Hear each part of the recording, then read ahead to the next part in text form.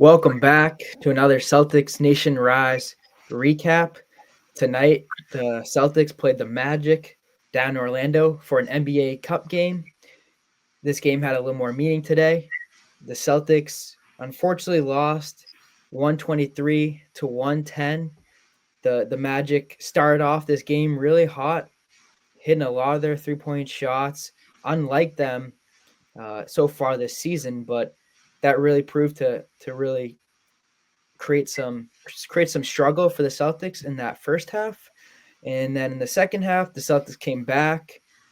They actually made it a game. And as the game progressed, the Celtics stayed within the Magic and they made it competitive. But towards the end, the Magic found a way to run away with it and put this game away. And this is a tough game for the Celtics. It was competitive all the way through for the most part, but like I said, the Magic won 123-110. And as we always do it here at Celtics Nation Rise, Tommy, I'm gonna let you go ahead and give me your takeaways from today's game. Yeah, so it was a competitive game. I don't think the final score really tells the full story. It was a competitive game pretty much all the way through, besides those last 3.5 to 4 minutes. The three things that I was looking at going into this game was going to be the rebounding margin, and actually they tied up both having 44 rebounds, so that didn't hurt the Celtics at all tonight. Then the next thing I wanted to see was not let Desmond Bane get going, because he has struggled up until tonight. He's a career 40% three-point shooter, and going into tonight, he was a 29% shooter from three on the year. So you kind of knew at some point he was going to come in and hit some shots, and I was hoping it wasn't going to be tonight, but he did have a great game for them in 36 minutes. He put up 22 points, kind of getting back to his style and scoring the ball, and having 7 assists as well, which is an underrated part of Bane's game, and I feel like that hurt the Celtics as well. For sure. And then I was looking to see who was going to step up besides Jaylen Brown. It's something we talked about on the podcast last night. And I thought, like, Pritchard and White, like we talked about last night, did a great job. Pritchard especially, he had 27 tonight. White with 16, but White had 10 assists again. So you see White's playmaking continue to come into effect. Right. Something I thought was weird, Quinn. I don't know if you were thinking this at any point tonight, but Anthony Simons only got 2 minutes in the first half. I was kind of in and out watching the game in the first quarter because my TV was acting up, but yeah, Simons only got 2 minutes in the first half. And then he came in the fourth quarter and had 11 points. He hit 3 threes. He got the Celtics back into it. So I'm a little curious on maybe why Simons didn't get much playing time early in that, or in the entire first half. Yeah, I agree. I don't really know why. To be completely honest, I'm not sure if it was a matchup thing. I don't know if it was a. I don't think there was on the Magic a real matchup problem. To be honest, to have Simons on, I think he could have competed. I mean, I will say though, like even Hauser on the court was getting kind of picked at by Banchero. They were finding ways through go screens, through pick and roll situations to kind of get switches on to Hauser. So potentially that was a concern for Joe to have Simons out there on the defensive end. But Simons is just a guy you need from an offensive standpoint. He has that offensive firepower against a good defensive team in the Magic. And it's weird to see him not play early on. I don't really know, to be honest, though. I don't know. It's interesting. I think partially it has to do with their defense and what Missoula wanted early in that game. And the Celtics letting up, 38 points to Orlando in that first quarter. So I'm sure Missoula wasn't happy about the execution to start the game defensively. We talked about it last night, too, a little bit, on how I don't want to see the Celtics team get off to slow starts against a lot of teams this year, because we saw it tonight again. They fought all the way back, and then the last 5 minutes, they lost all the wind in their sails and just completely collapsed, started turning the ball over. Too much fouls from Boston as well, getting Orlando in the bonus way too early in the quarters. They're shooting so many free throws.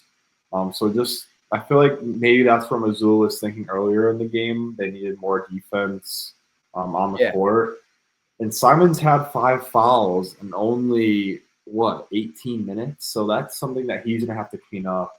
Just being in the right positions on defense. He got a few, in my opinion, the soft fouls, fighting over screens, and some just not going his way. But For sure.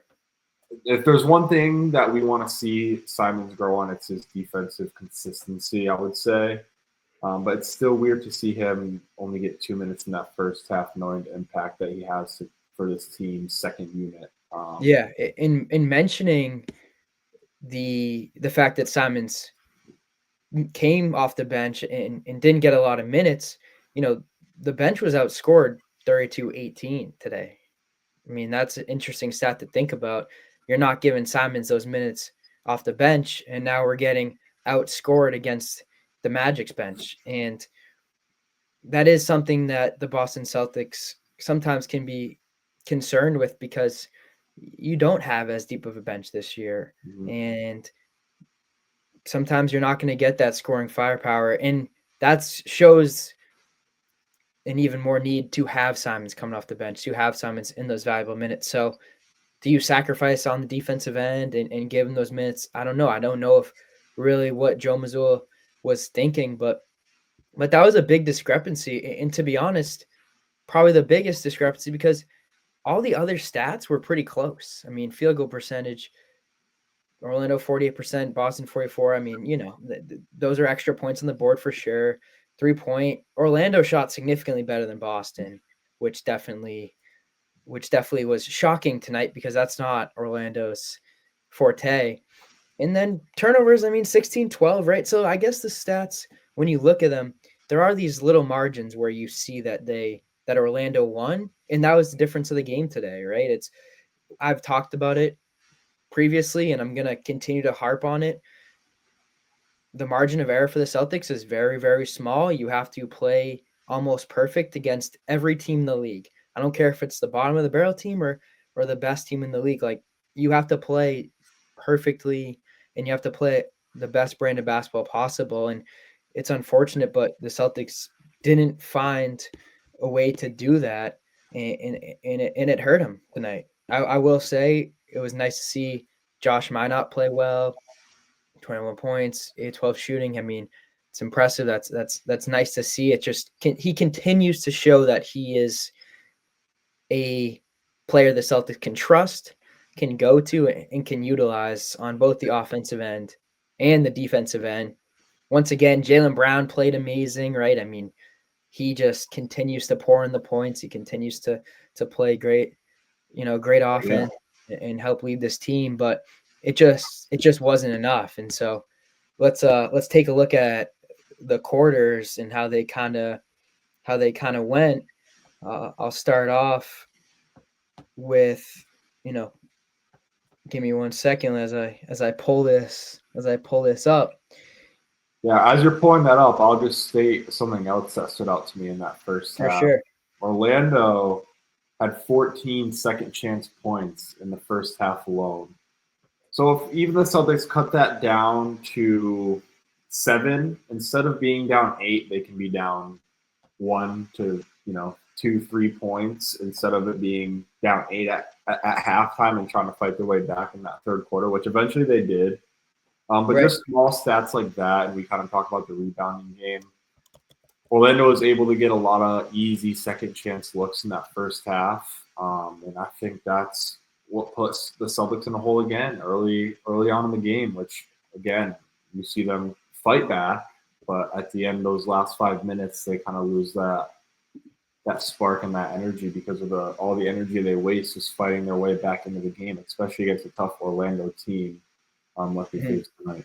And something to note too on that, when you get a lot of second chance points early on, those are easy baskets that NBA players thrive on because you get an easy basket and now you're in your rhythm. You're in the rhythm of the offense.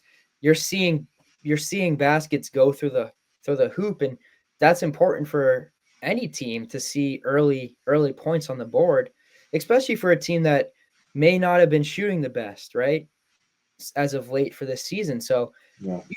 you don't want to give a team rhythm early on. You don't want for a team to start off with the momentum. You want to give that first punch, and the Celtics haven't been doing that in these games, and that's a problem that they need to fix.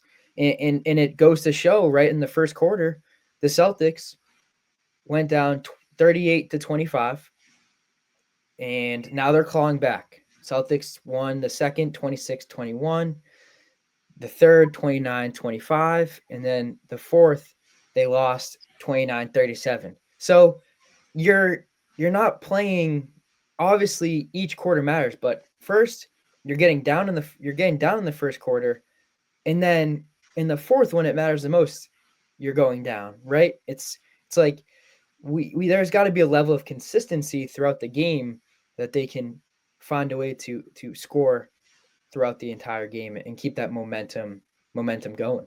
Yeah, I mean, we've seen that's been the biggest Achilles heel for this team has been their consistency throughout the full 48 minutes of the game. I mean, they fought back. Two guys that stood up to me tonight off the bench, and I'm sure you love seeing them out there play their asses off, was Hugo Gonzalez and Jordan Walsh. I mean, we Yeah. talked about it last night. We talked about it on the last recap against Washington, how we kind of want to see Walsh possibly be getting more minutes over these next few games and see what he does with them. Again, a tremendous game from Jordan Walsh tonight. I mean, he did everything you asked him to do. Everything's not going to show up in the box score for him, but he had a couple of plays that really stood out to me. I mean, he got, what did he get? 19 minutes, only had 2 points, 6 rebounds, excuse me. That's awesome. But he had a few tip outs. He had one Hugo Gonzalez. He crashed the board, tipped it to Hugo, kick out 3 in the fourth quarter to a wide open Simons. He drained it. I believe that was I marked out of that the down too, game. actually. And at that point, yeah, that was Simons hit an open 3 to tie the game. And then the Celtics want to take a lead a few possessions later, and then the Magic respond with a 9-0 run to go up 8 with, I believe it was like 2.5 minutes left. And the Magic were already in the bonus. The Celtics try to go small and get in some foul trouble again. Orlando basically won the game at the free throw line to finish it off. But a few sloppy plays. Minot had a tough turnover that I feel like gave the Magic a lot of momentum in that fourth quarter. But the Celtics battled back. They played hard, which was a positive, and seeing their young guys, 21-year-old Jordan Walsh and 19-year-old Hugo Gonzalez, and come in and impact the game. That might not look great on the box score, but if you see how the game was trending while those two were in the game, it was always positive. It was when the Celtics made their runs.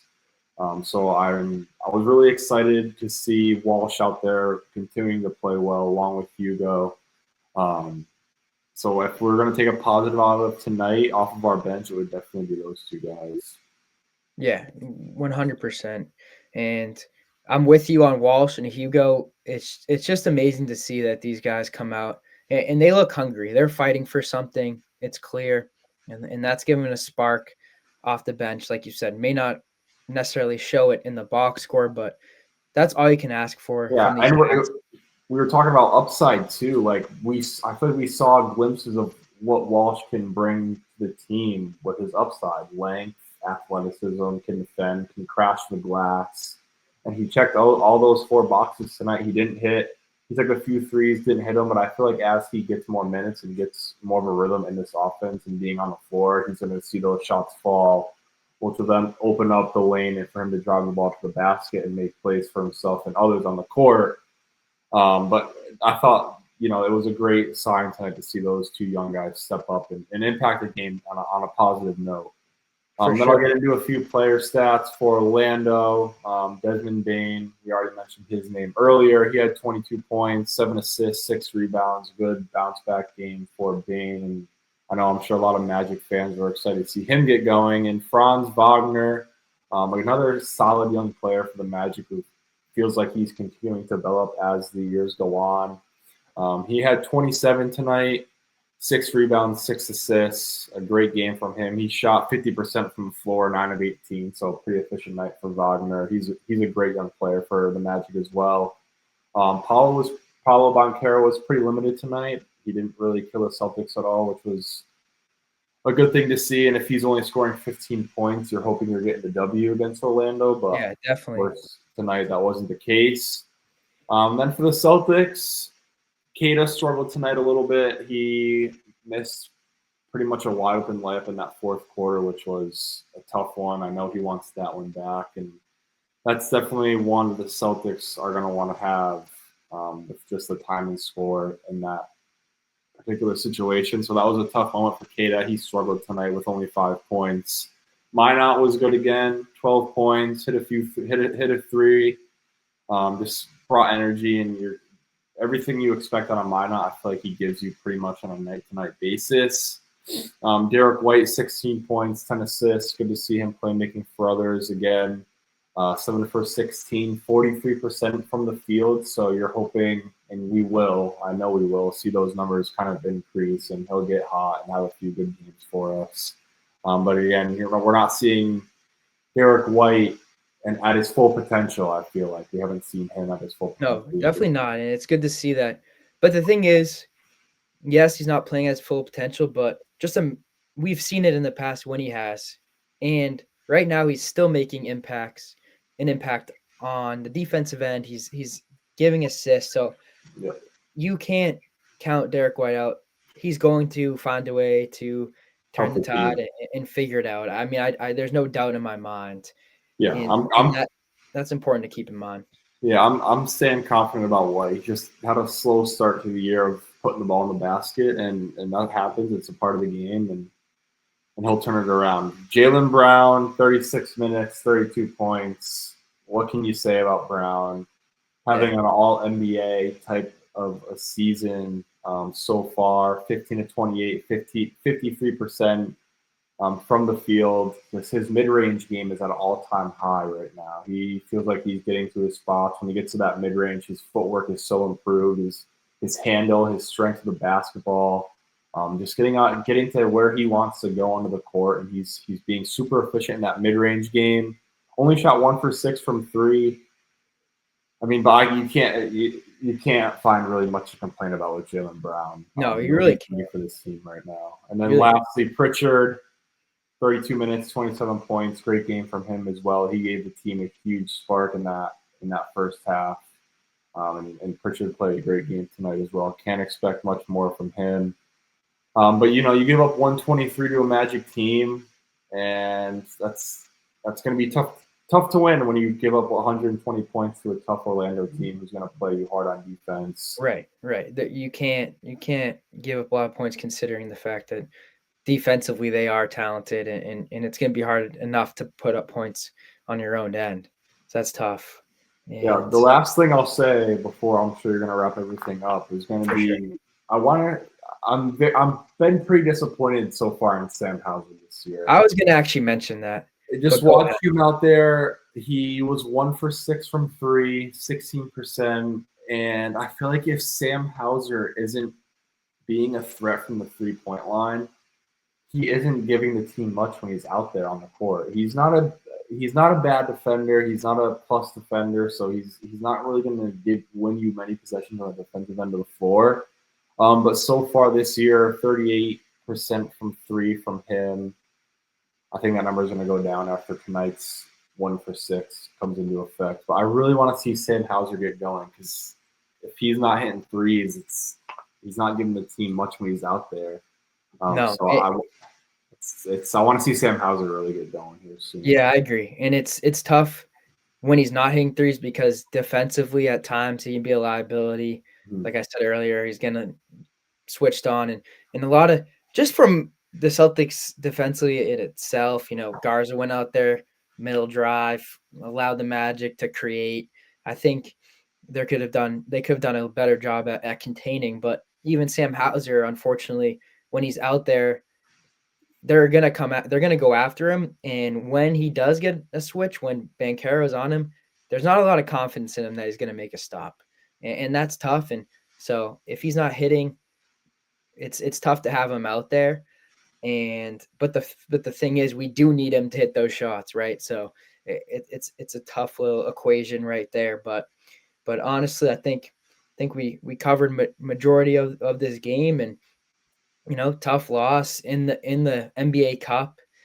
You want to see them win this game going down to Orlando, but unfortunately, the Celtics did not come away with this win. Once again, losing 123 to 111, and this Celtics team will look to get back at this Magic team in a couple days when we see them again. So I think that's exciting. I talked about it. I think you talked about it, and I talked about it actually in a group chat.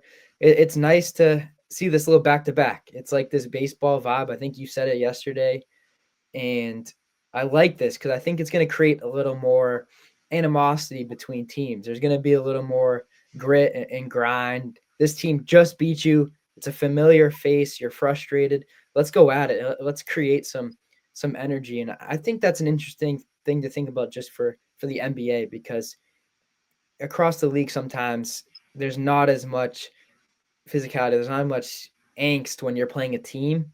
It's a little more friendly. It's a little more, hey, how are you doing? Less aggressive, intense. I want to go at you, and maybe this is something the NBA looks into, but that's a conversation for another time. That will do it for today, and the Celtics lost, but they got another chance. So you're listening to the Celtics Nation Rise recap. Thank you for listening. We're going to give you content all season. We have podcasts coming out every Thursday, and we just actually added the podcast to Spotify, so you now have more platforms to listen to it. You can now listen it to the car. You don't have to watch our faces anymore if you don't want to. Nice. So that's a plus in your eyes. And thank you guys once again for listening. This is the Celtics Nation Rise recap, and drop a comment what you think about today's game, and we'll see you in the next recap. Thank you. Peace.